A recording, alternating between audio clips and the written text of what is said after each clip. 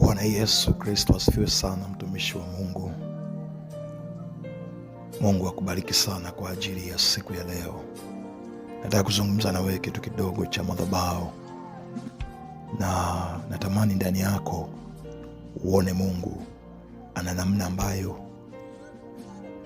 anaruhusu ndani ya mtu madhabahu kwa namna yake, lakini pia kuna madhabahu ya nje, kuna madhabahu ya ndani. Mimi nataka kuzungumza madhabahu zote ambazo Mungu anataka tujifunze.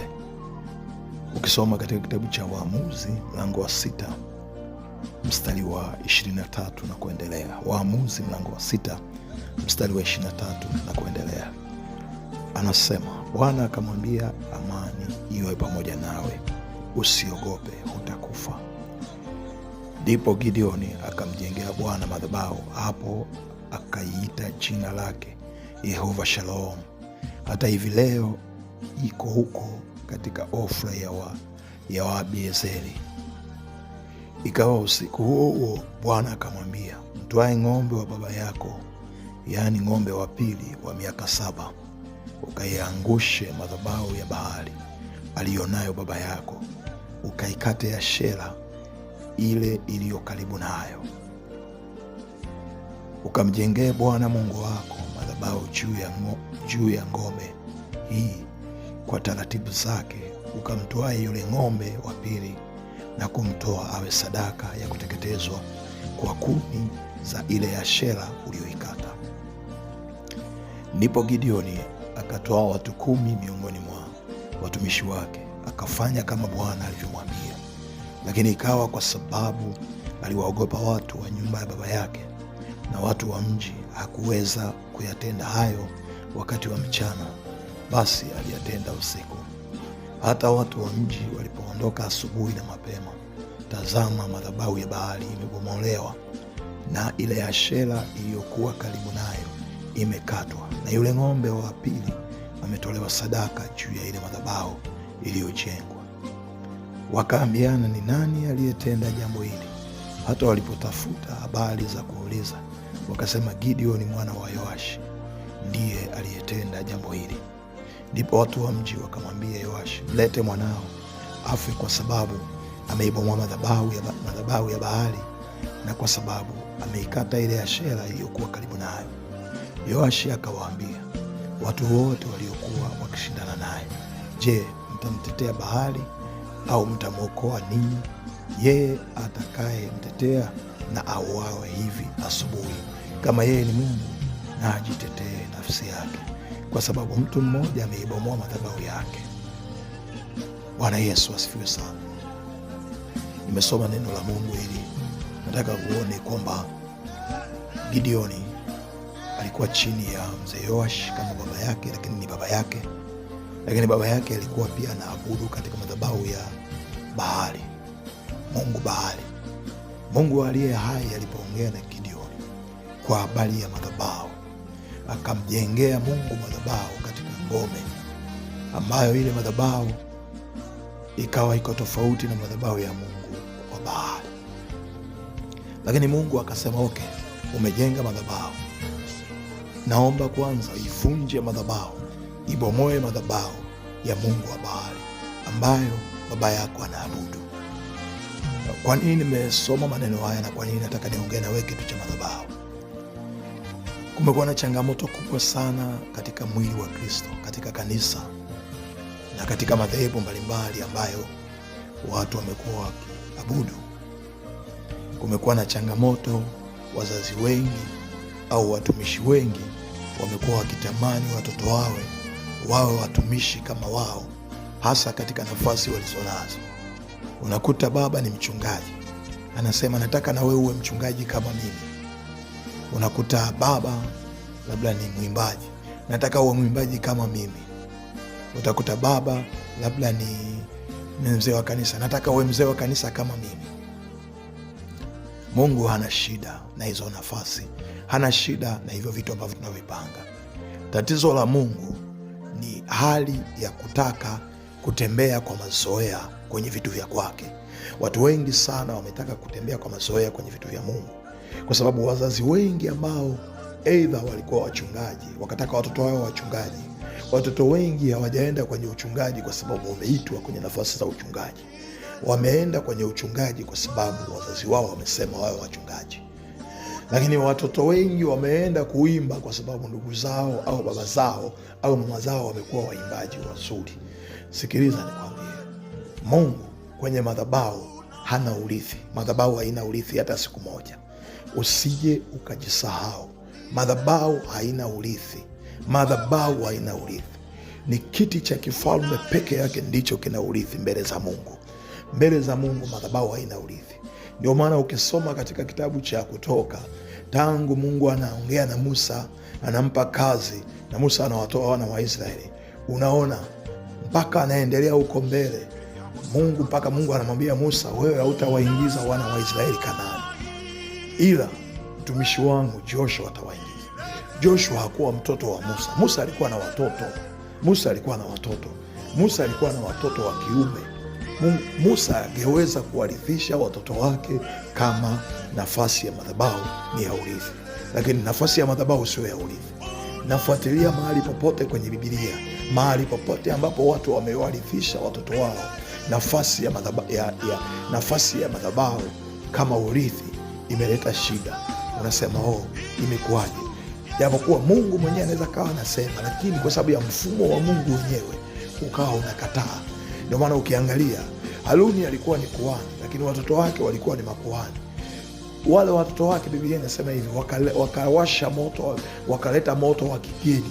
Kwa hiyo unaweza ukaona hawawezi kwenda sawasawa na maelekezo ya baba yao ambayo alikuwa anaendana nayo kwa Mungu. Bwana Yesu asifiwe. Kwa hiyo kama Mungu amekuita kuwa mchungaji, usije ukajaribiwa kumwambia mtoto wako, nataka na wewe uwe mchungaji kama mimi nilikuwa mchungaji. Wewe ndani mwako Mungu ameongea na wewe. Mpe nafasi mtoto wako amsikie Mungu, aseme naye. Kama Mungu atamuita kwenye uchungaji haina shida, lakini watu wengi wamewasukuma watoto kwamba nenda na wewe uwe mchungaji. Nyumbani kwetu kuwe na wachungaji. Familia zingine zimesema sisi nyumbani kwetu kuna wachungaji wengi. Sio swala sifa, sio swala kujisifia kwamba baba yake alikuwa mchungaji na mtoto naye ni mchungaji. Hapana, nataka nikwambie, Mungu anataka maelekezo ambayo watoto wetu wanatakiwa kufanya, yeye Mungu ayatoe. Lakini sisi wazazi tumekuwa tunataka kutoa maelekezo ya kwetu sisi kuwakabidhi watoto ili kwamba wamtumikie Mungu. Na ndio maana hata ukifuatilia hata watoto wa Eli alikuwa kuhani, na wao walipokuja kuwa makuhani, kitu kilichotokea wakachafua madhabahu, wakawa wanafanya vitu ambavyo havifai madhabahuni. Kwa sababu gani? Madhabahu sio ya urithi. Madhabahu hairithiwi. Ni kiti cha kifalme peke yake ndicho kinachorithi. Kwa hiyo nikukumbushe mtoto wa Mungu. Unaona hapa tumesoma habari za Gideon. Mungu anamwambia Gideon, nataka unitumikie. Ndio, sawa, nimekuita, lakini sijakuita kwa namna hiyo ya baba yako. Nimekuita kwa namna hii. Maana yake kuna namna Mungu aliyomuita Gideon. Ndio maana akamwambia, hebu jenga madhabahu kwenye mwamba. Baba yake alikuwa amejenga madhabahu kwa maeneo mengine na wakaweka na Ashera, wakaweka na miti ya Ashera pembeni, lakini Mungu anamwambia Gideon, jenga madhabahu kwenye mwamba. Maana yake Mungu kama amemuita mtu, hata kama baba alikuwa ni mchungaji na Mungu anataka kumuita mtoto kuwa mchungaji, ana maelekezo atampa, ana vitu atampa. Na kama baba alikuwa mwimbaji na watoto wanataka kuwa waimbaji, Mungu ana maelekezo atapitisha. Bwana Yesu asifiwe sana. Nataka nikwambie, uchungaji sio kipawa. Uchungaji ni huduma. Huduma haina urithi. Ukuhani hauna urithi. Unabii hauna urithi. Utume hauna urithi. Sijui ualimu hauna urithi. Uinjilisti hauna urithi. Hakuna urithi. Ndio maana fuatilia, kuna wazazi wengi walikuwa wakihubiri injili zamani, wanahubiri injili, watu wanaokoka. Watoto wao waliponyanyuka wakasema, na mimi ni mwinjilisti kama baba, wakajikuta wanashangaa hawezi kuhubiri. Si kwa sababu Mungu hataki wahubiri, ni kwa sababu wao wametaka kutembelea upako wa baba yao. Lakini kumbe baba alikuwa na namna, ana mahusiano yake binafsi.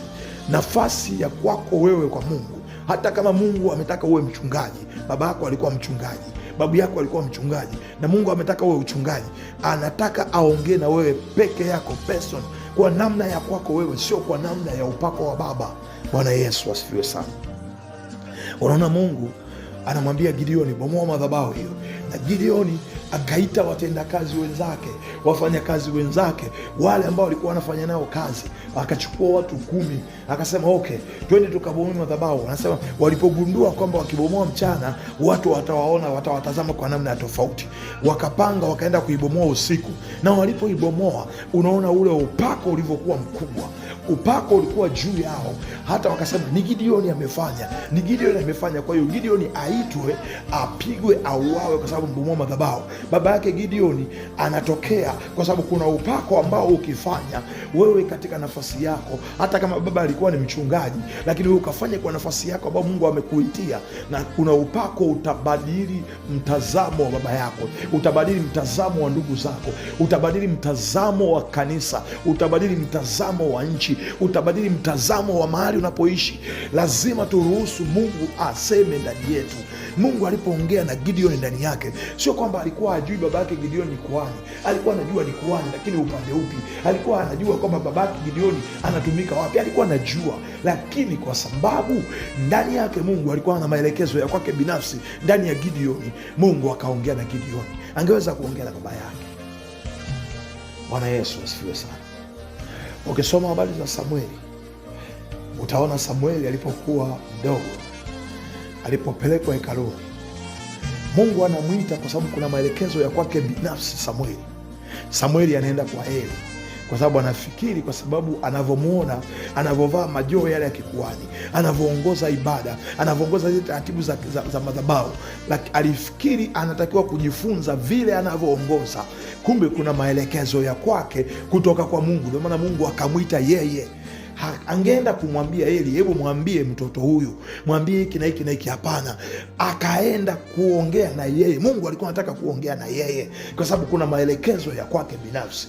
Kwa hiyo nataka nikuambie wewe, hata kama umeenda kusoma, umeenda kuwa mchungaji kwa sababu baba yako alikwambia ni mchungaji, wewe unaopakwa na wewe uwe mchungaji, rudi kwa Mungu ukamuulize Mungu, Mungu yako maelekezo ya kwangu binafsi juu ya nafasi ulioniita. Hata kama ni mwimbaji, baba yako alikuwa ni mwimbaji au mama yako alikuwa ni mwimbaji, na ukasema na mimi nataka kuwa mwimbaji kama mama yangu, rudi kwa Mungu ukamuulize Mungu, hii nafasi ambayo ninayoimba, inaimba tu kwa sababu ya msukumo wa wazazi, ninaimba tu kwa sababu ya hali ya mazingira tulionayo, au ninaimba kwa sababu umeweka ndani yangu? Mungu, ninaongoza, ni mimi ni mchungaji kwa sababu kitu umeweka ndani yangu, ni hali yangu umeweka ya uchungaji ndani yangu, au ni kwa sababu tu nyumbani kwetu kuna wachungaji? Bwana Yesu asifiwe sana. Nikutie moyo mtumishi wa Mungu na mtoto wa Mungu, kama ulishawishika kwenda kusomea uchungaji na wewe ni mchungaji, rudi kwa Mungu muulize. Kama ulishawishika kuimba eti kwa sababu mbona nyumbani kwenu wanaimba, hasa sasa wale watu ambao tunaotokea Mbeya, nasema Wanyakyusa wote ni waimbaji. Sio wote, sio wote. Usishawishike kwa sababu eti nasema Wanyakyusa wote ni waimbaji. Hapana, rudi kwa Mungu muulize. Kuna wengine hata wasio waimbaji, hawajapewa hicho kitu cha kuimba, wamelazimisha. Matokeo yake wamekuja kufanya vitu ambavyo havipaswi kufanyika katika nafasi ya uimbaji kwa sababu wamelazimisha. Kuna watu ambao ndani yao hawana uchungaji, wameenda kufanya vitu ambavyo sio vya kichungaji katika nafasi ya uchungaji kwa sababu walilazimishwa, walishawishiwa kwamba wewe ni mchungaji. Mbaya sana kwa Mungu. Mungu anamwambia Gideoni, bomoa madhabahu ya baba yako, bomoa madhabahu ya Mungu wa mahali, bomoa hiyo madhabahu, kwa sababu nataka nifanye na wewe kwa namna ya tofauti. Kuna upako ambao nataka nifanye. Hata kama nyumbani kwenu walikushawishi, hata kama nyumbani kwenu walikushawishi au marafiki walikushawishi wakasema wewe, tunaona una chembechembe za kichungaji, rudi kwa Mungu. Uchungaji wa kwako ni katika eneo lipi? Kwa namna ipi? Wewe una chembechembe za uimbaji, uimbaji wa kwako katika eneo lipi? Nilizungumza na mahali fulani, kawa nazungumza na watu na wakumbusha kwamba hivi, Mungu anaweza akawa amekuita wewe kuwa mwimbaji wa nyimbo za kutia moyo, au mwimbaji wa nyimbo za kuabudu, au mwimbaji wa nyimbo za kufariji, au mwimbaji wa nyimbo za shukrani.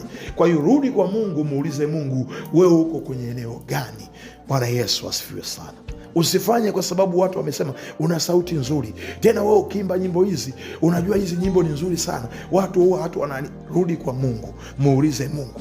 Usiende kuimba eti kwa sababu watu wamesema, au ndugu wamesema, au nyumbani kwenu kuna waimbaji, au nyumbani kwenu kuna wachungaji. Usifanye kazi ya Mungu kwa sababu ni utaratibu wa kwenu. Mungu hatumii utaratibu wa mtu kufanya kazi yake. Mungu anatumia utaratibu wa kwake kufanya kazi ya kwake. Mungu anatumia utaratibu wa kwake kufanya kazi yake, isipokuwa katika nafasi ya kifalme peke yake ndio Mungu akaweka urithi, akasema hataondoka mtu kwenye kiti hiki katika nafasi yako, katika ukoo wako, katika uzazi wako. Kwa hiyo nafasi ya kifalme peke yake ndio Mungu alitoa nafasi ya urithi. Na Mungu akubariki, Mungu akutunze, na Mungu akupe neema. Endelea kufuatilia masomo haya ambayo nayafundisha. Mungu akupe nafasi ya kuwa na maswali, uliza. Una neno unataka kusema, ili kusudi unapomtumikia Mungu usitumike kwa sababu kuna presha tu ya watu. Mtumikie Mungu kwa sababu Mungu amekuagiza.